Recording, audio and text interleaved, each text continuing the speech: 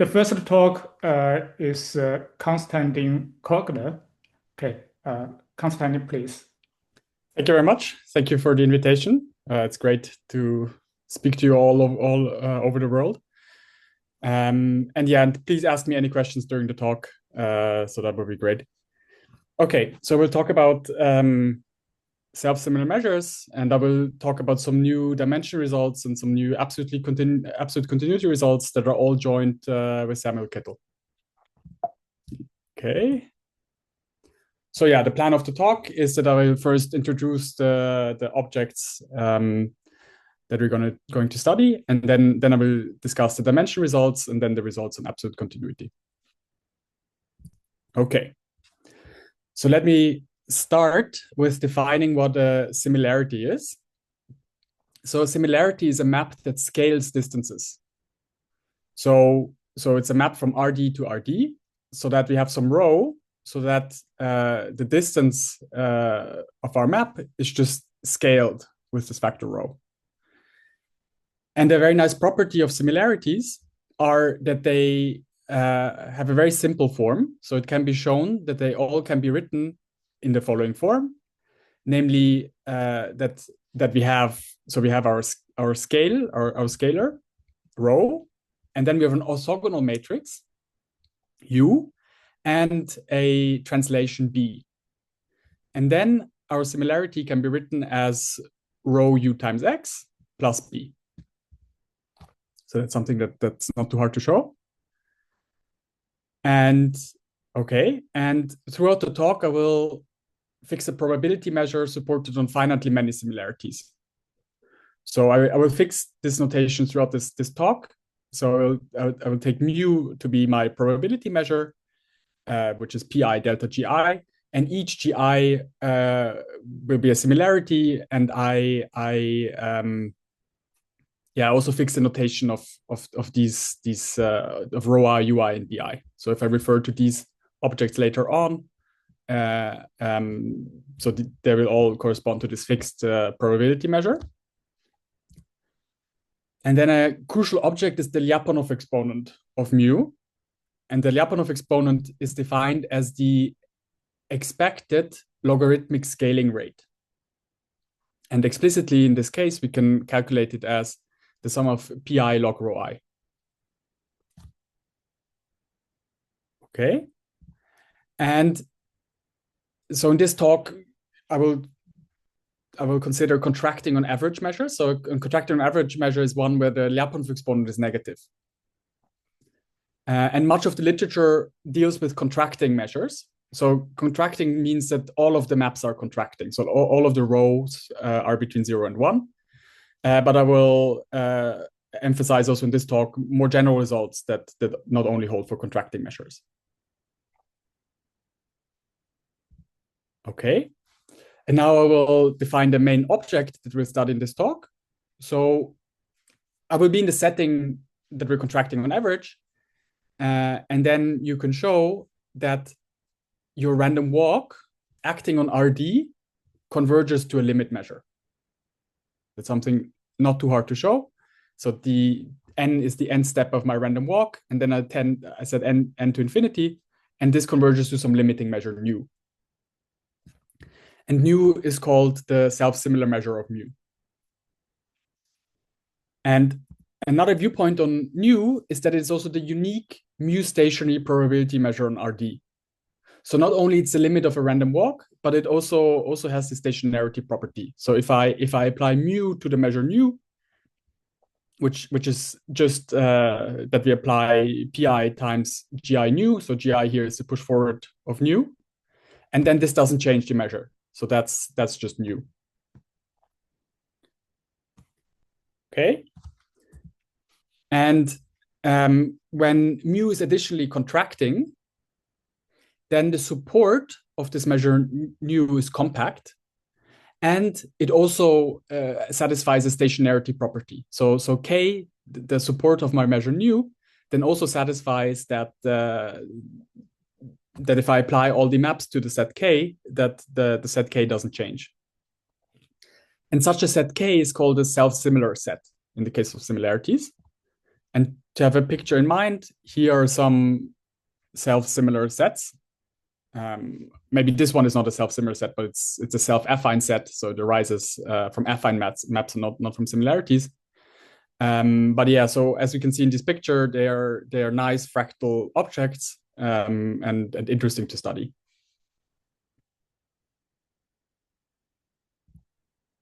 Okay.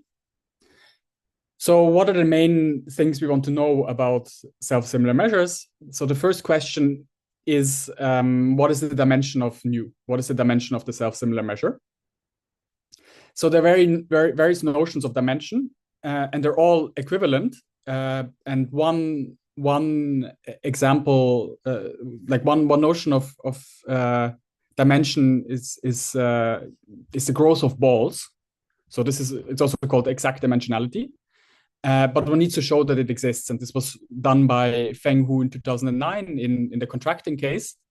And then by Feng in 2023, also for contracting on average measures and also self-affine measures. So these also showed that the measure is exact dimensional, meaning that there is a rate how the balls grow up to some error. And this rate is the dimension. So this is what I will consider as the dimension.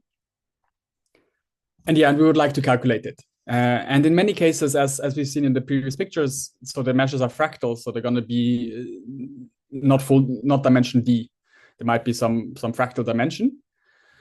But maybe I know that my measure is dimension D, and then one can also ask finer questions. So is the measure then absolutely continuous? Meaning that is there some L1 function so that the measure has this density, has a given density with respect to the Haar measure. So that means absolute continuity. And then, of course, one can then ask also further questions. Do you have a regularity for F? Is it maybe smooth? How smooth is it? But I will not talk a lot about this question in this talk. Okay. Any questions so far?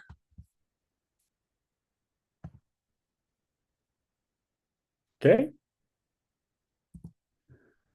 So now we'll start to talk about dimension results.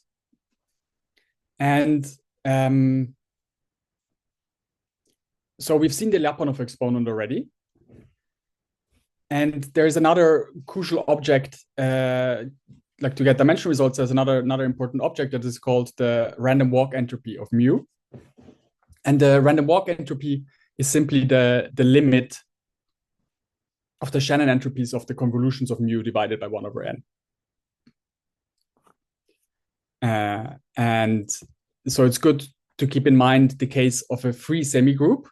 So if the support of mu generates a free semigroup, then we can explicitly calculate the random walk entropy, because then it's exactly the Shannon entropy at the first step of mu. So then the random walk entropy is the Shannon entropy of mu, which is simply the sum from I to L of pi log pi, and then just the minus sign.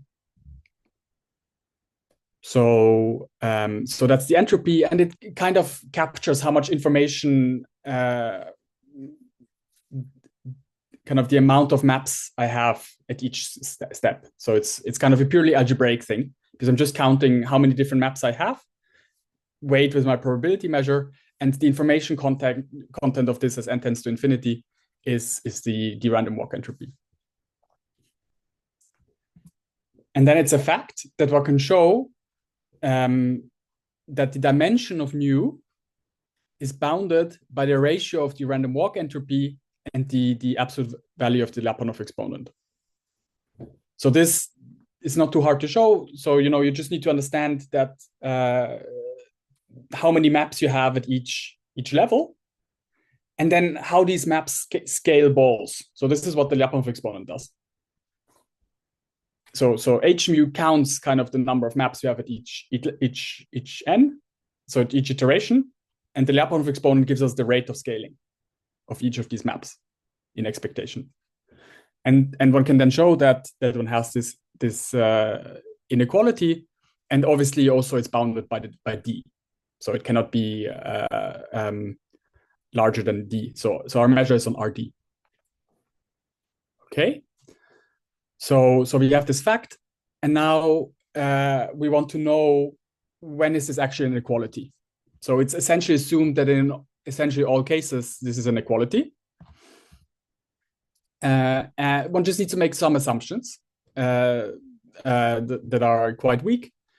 So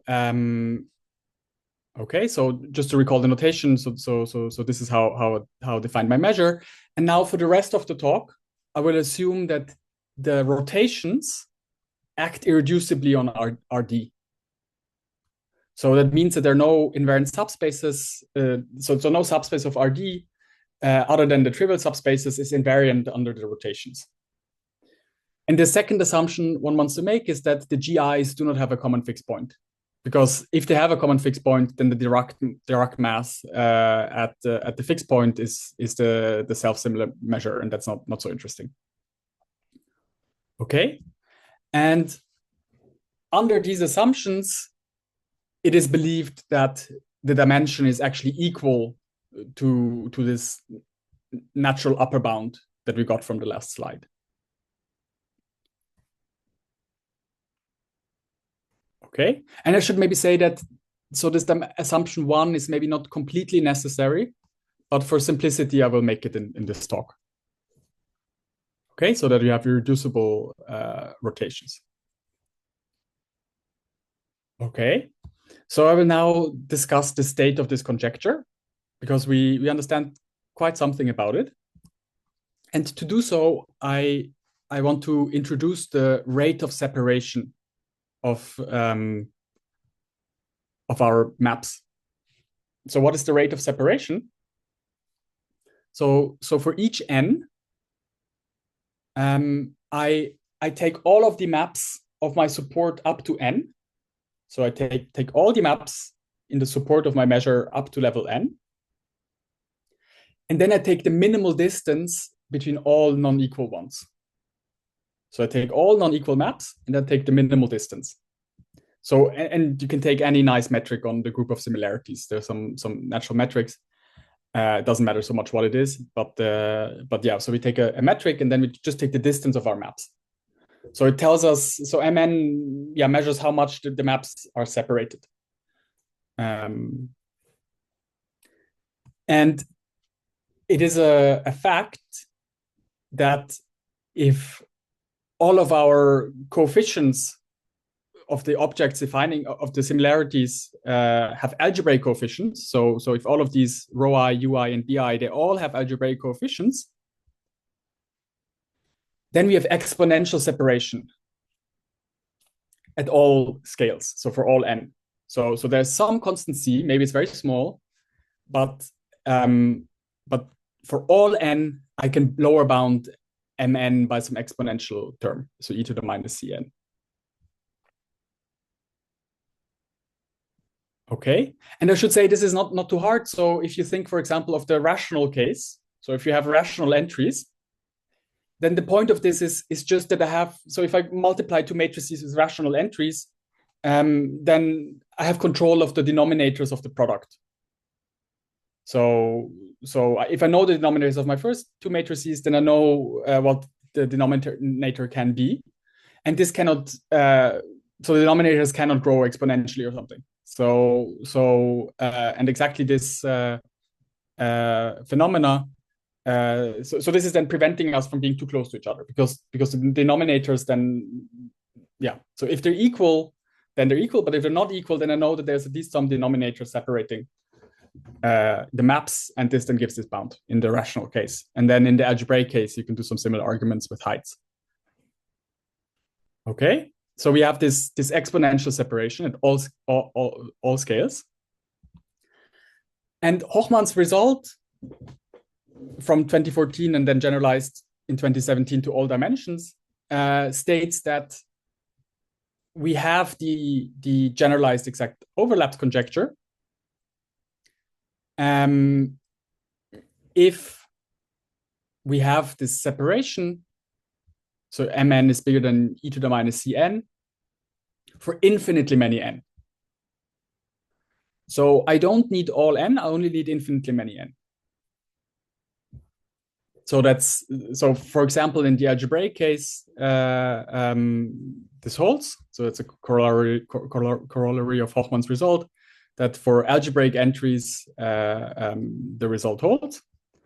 But it's even weaker. So we only need infinitely many n. Okay. And I should say, in Hochmann's paper, it's not written in this generality. So he in his papers he writes that he assumes that there are no exact overlaps. So that means that the support of mu generates a free group, but his techniques definitely directly imply this result, as written here. But now to state a result that I've written, that I've published on the archive this year with Samuel Kittel, is that we can do Hochmann's result for contracting on average measures. So if the Lyapunov exponent is negative, so we are contracting on average, then again the generalized exact overlaps conjecture holds if we have separation for infinitely many n. So we generalize Hochmann's result, but then even more, we can also weaken the separation. So I don't quite need exponential separation, but it's sufficient to assume something a bit weaker, so that the exponent grows a bit in n. So this is the concrete bound that we get. So we get the exponential of log n to the 1/4.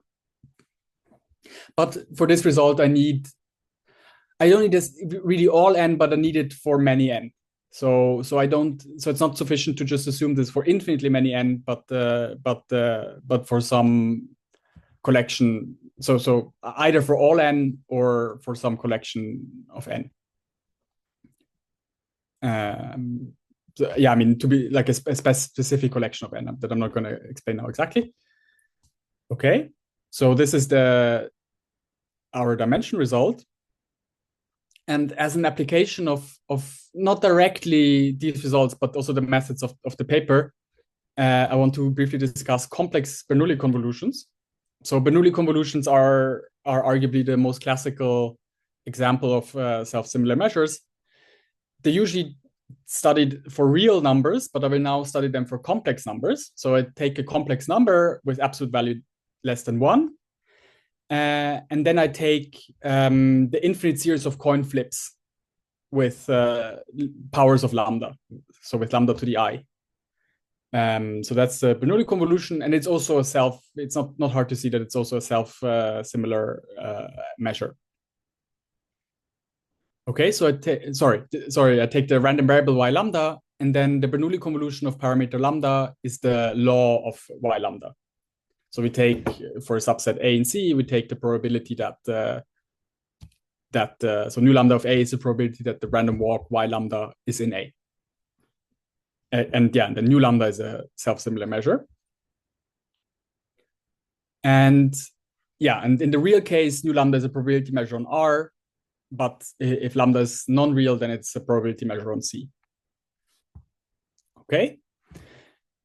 So here you can see some histogram plots of real Bernoulli convolutions. I don't yet have pictures for complex Bernoulli convolutions, but it's similarly interesting. So they're, again, nice fractal objects. And so if one combines Hochmann's results with a paper by Peter Varyu from 2019, we have the generalized exact overlaps conjecture for all real Bernoulli convolutions. So as I explained before, Hochmann's theorem applies for algebraic lambda. And then Peter Varyu solved the case of transcendental lambdas as well. Okay. And we generalize this result to complex Bernoulli convolutions. It's not quite written down yet, but it will come very, very soon. Yeah, so we get the same result for complex Bernoulli convolutions. Again, for algebraic lambda, Hochmann's theorem again applies. So the novelty is the transcendental case. So if you have a transcendental number, then get an explicit formula for the dimension of the Bernoulli convolution only depending on the norm of lambda. And this then implies the exact overlaps, the generalized exact overlaps conjecture for complex Bernoulli convolutions. And also then if lambda is then sufficiently close to 1, in the transcendental case, we always get dimension 2. So it's a two-dimensional measure. And I should also maybe mention that Ariel Rappaport also has results generalizing Various result, but I don't think he did like the complex Bernoulli convolution case. So he has some higher dimensional high dimensional real Bernoulli convolution, but this is a little bit different because it's complex Bernoulli convolutions. Just to remark that my result is with Hauji. Oh yes, thank you. Thank you. Okay, so much about the dimension of self-similar measures. And now I want to discuss absolute continuity. So we understand now the dimension of Bernoulli convolutions a bit better. So what should we expect about absolute continuity? So what the expectation is that if this ratio that determines the dimension is a bit bigger than D, so it's bigger than D, so exactly D is not sufficient, but that it's bigger than D should imply that nu is absolutely continuous. So by the dimension formula, in the algebraic case at least, it follows that the dimension is D, but then if I assume this a little bit additional energy, then we expect absolute continuity. So that's the conjecture. And in joint work with Samuel Kittel from last year, we make a bit of progress on this conjecture. Essentially, so we don't get quite this, but we replace the D by some very large constant. So that's essentially what we get. But then there's a small twist, namely that we need to also assume something about the rate of separation. So if I denote by Sn, so Mn is the separation rate, and I take Sn to be the log of the separation rate, and then I take minus 1 over n. And S mu is then the lim sup of these Sn. Then we get absolute continuity for a large constant that depends on the rotations. So I fix the rotations and I fix my probability vector. So I fix my rotations and the probability vector. And then I get a large constant so that I get absolute continuity if this crucial ratio is sufficiently big. And then also we have this term depending on the separation rate. So S mu appears here. Okay. So maybe this separation rate term looks a bit scary, but actually it's not very scary. It's quite easy to control. Because if we again are in the algebraic case, and we know that all our coefficients are in some number field and they have logarithmic height less than L, then I can estimate S mu in terms of L and the degree of the number field. And then I take another logarithm of this term. So it's kind of double logarithmic in the complexity of the coefficients. So it's very small. So it's in practice not too much to worry about. So the bigger thing is this big constant C. And I should also mention that the constant C can be made uniform in perturbations of the UI. So we have it for fixed UI, but then also if we change the UIs a bit, the constant C can be made uniform. So it's uniform in the perturbation of the UI, but the important thing is that we don't go to reducible rotations. So we perturb among the non like the irreducible rotations, and then the constant C can be made uniform. Okay. And now let us discuss some applications of this result.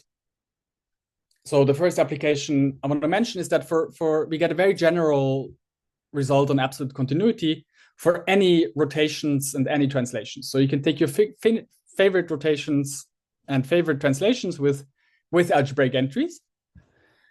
And then I say that nu is absolutely continuous if Q is a sufficiently large prime and the maps are Q divided by Q plus I times the given rotation and the given translation. Okay, so that's one example one can do. One can make several other examples like this, but that's maybe the simplest. In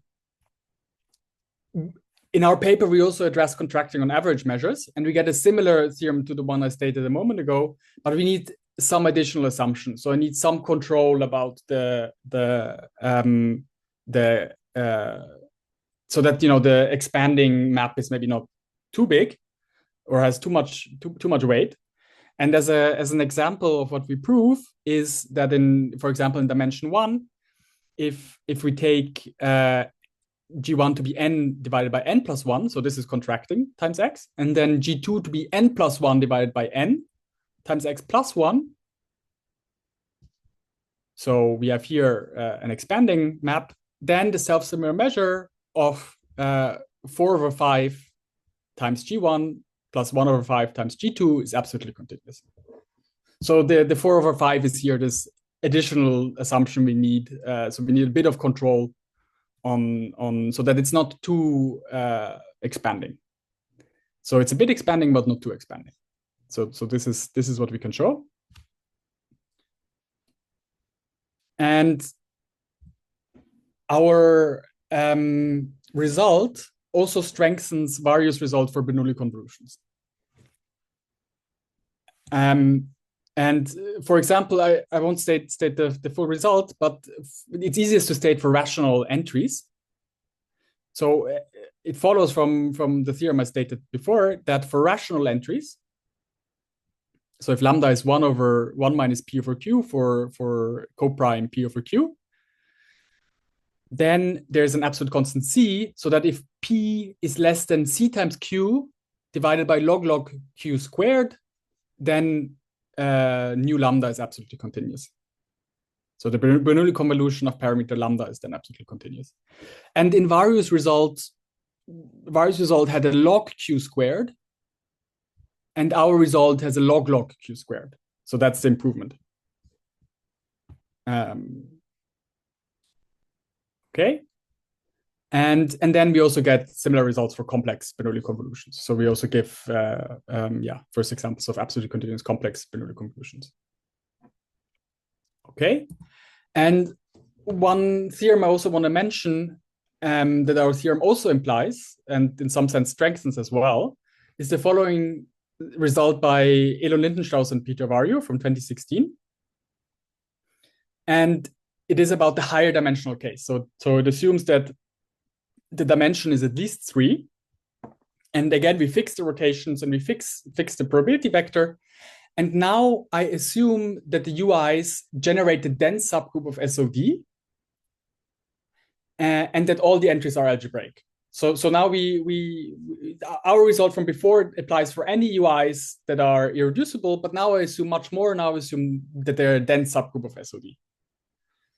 And in this case, they show that there is some rho tilde only depending on the UIs and the PIs, such that nu is absolutely continuous if all of our contraction rates are between rho tilde and 1. Okay, so this is what Lindenstrauss Vario give you. And crucially, the rho tilde depends on the L2 spectral gap of these rotations acting on SOD. And so that's amazing. I mean, it was a great result because, I mean, it's 10 years ago and it was maybe the first explicit result on absolute continuity essentially since 60 years or something like that. But it depends on the spectral gap. So luckily for them, I mean, this was also definitely a motivation that Burger and Gambord proved strong spectral gap results that they could use to deduce such a result. and then the rho tilde depends on the spectral gap. And our methods can also show this result, but they're weaker, they're softer. So they imply this result, but they're softer because first we can also do perturbations of the UIs, because the spectral gap, it's unclear how it behaves on perturbations of the UI, or maybe it's wrong. But it's definitely a very hard problem to understand the spectral gap for perturbations. But we can do perturbations of the UI, and also we don't require the UIs to generate a dense subgroup. But to get such a result like Lindenstrauss-Vario result, we only need like a non-virtually solvable group. Okay. And now let me just lose 1 minute about the method of proof. So I should mention that Samuel Kittel, in his PhD thesis and also in the published paper, proved results on absolutely continuous Fürstenberg measures.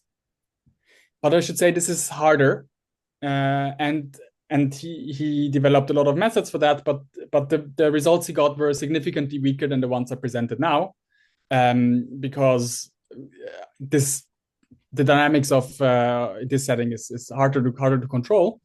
But the methods that he introduced and we further used are what we call the variance summation method.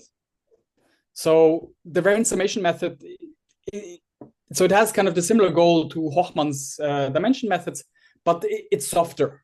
So because in Hochmann's work, a lot of effort is used to study entropy and the convolution of entropy. And our methods, or Sam's methods, are different because we just study variance, and then sum up variance. So we sum up the variance at different scales, and that's a bit different, and then leads to, it's again a bit softer than Hochmann's methods, and then one can more easily deduce the results that I mentioned than with Hochmann's work. And the second concept that also Samuel Kittel introduced in a different paper in 2021 is the detail of a measure. So the detail of a measure is a very nice tool to prove absolute continuity. So there's a lot of nice properties, and then one can show that it behaves well under convolutions of measures. Okay, so that's my talk. Thank you very much for your attention.